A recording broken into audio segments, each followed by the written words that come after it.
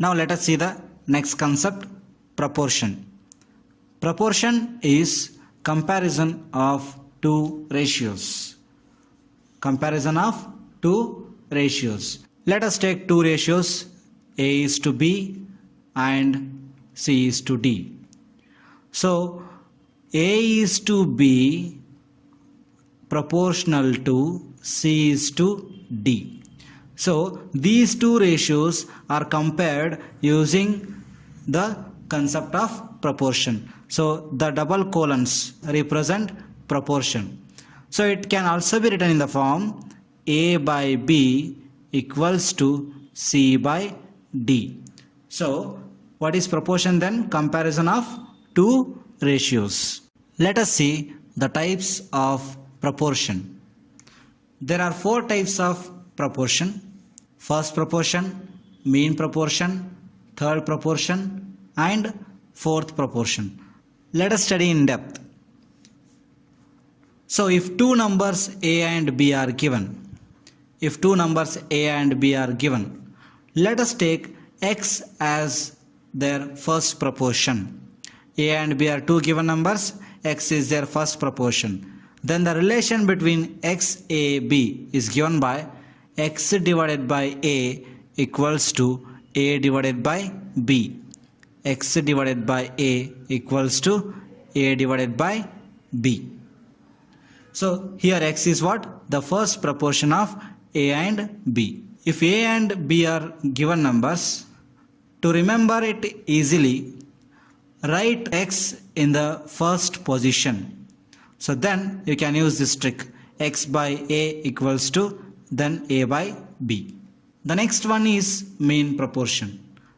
If A and B are given numbers, in the first proportion we have written X in the first place. Now here we write X in the middle place. Now if X is the mean proportion of A and B, the relation is given by A by X equals to X by B. A by X equals to X by B. In this case, X is the mean proportion of A and B. Now the third one is third proportion. If A and B are two given numbers, let us take X as the third proportion. Here in the first proportion we have written X in the first position. Here we have written X in the middle position. Here we will write X in the third position. Now the relation is given by A by B equals to B by X. A by B equals to B by X. In this case, X is called third proportion of A and B. Now, while finding fourth proportion, we will be given with the three numbers A, B, C. Now let us take X as the fourth proportion.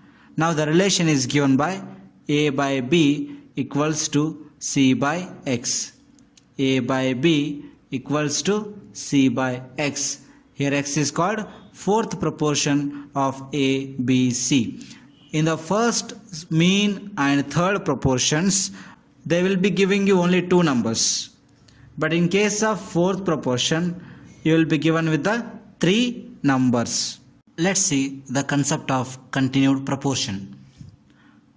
If A, B, C are three given numbers, then A, B, C are said to be in continued proportion if A by B is equal to B by C. It looks like as if it is mean proportion, but in case of mean proportion, they will be giving you only two numbers and you will be calculating the mean proportion. But here they will be giving you all the three numbers. So A, B, C are said to be in continued proportion if A by B equals to B by C. So let's take a problem based on this concept. If X is subtracted from each of 29, 41 and 59, the resulting numbers will be in the continued proportion. What's the value of X?